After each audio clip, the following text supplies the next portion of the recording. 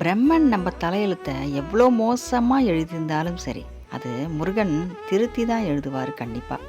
முருகன் பிரம்மனுக்கு கட்டளை போடுறாரு. யார் ஒருத்தவங்க என்னை முருகான்னு வணங்குறாங்களோ, யார் உண்மையான உள்ளத்தோட என்னை நினச்சி வணங்கக்கூடிய என்னுடைய பக்தர்கள் யாராக இருந்தாலும் சரி, அவங்களுக்கு தலையெழுத்து சரியாக இருக்கணும். அப்படி நீங்கள் தவறாக எழுதியிருந்தீங்கன்னா அந்த தலையெழுத்தை நீங்கள் திருத்தி எழுதணும்னு சொல்லி முருகர் பிரம்மர்கிட்ட சொல்கிறாரு.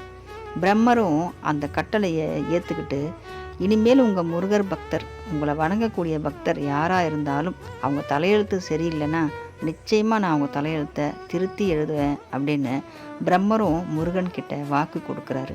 அதனால் நம்ம முருகன் வழிபாடு பண்ணும்போது நம்ம தலையெழுத்து எவ்வளோ மோசமாக இருந்தாலும் சரி, அது சரியாக எழுதப்படும்.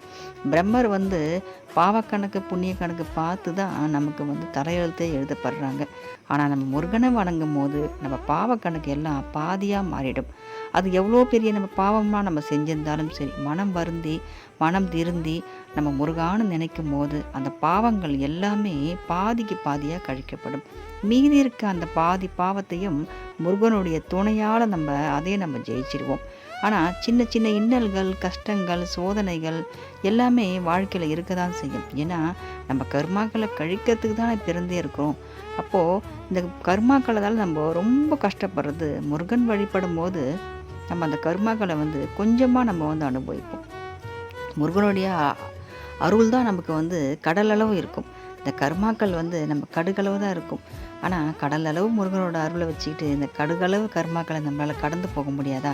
நம்ம எவ்வளோ சோதனையை பார்த்துட்டோம், எவ்வளோ கஷ்டங்களை பார்த்துட்டோம். இதுக்கப்புறம் என்ன நம்ம பார்க்க வேண்டியது இருக்குது சொல்லுங்கள்? நம்மளால் முடியாதது என்ன தான் இருக்குது? எல்லாமே நம்மளால் முடியும். அதுவும் முருகன் நம்ம கூட இருக்கும்போது நம்ம வாழ்க்கையில் நிச்சயமாக நம்ம ஜெயிப்போம். வெற்றிவேல் முருகனுக்கு அரோகரா.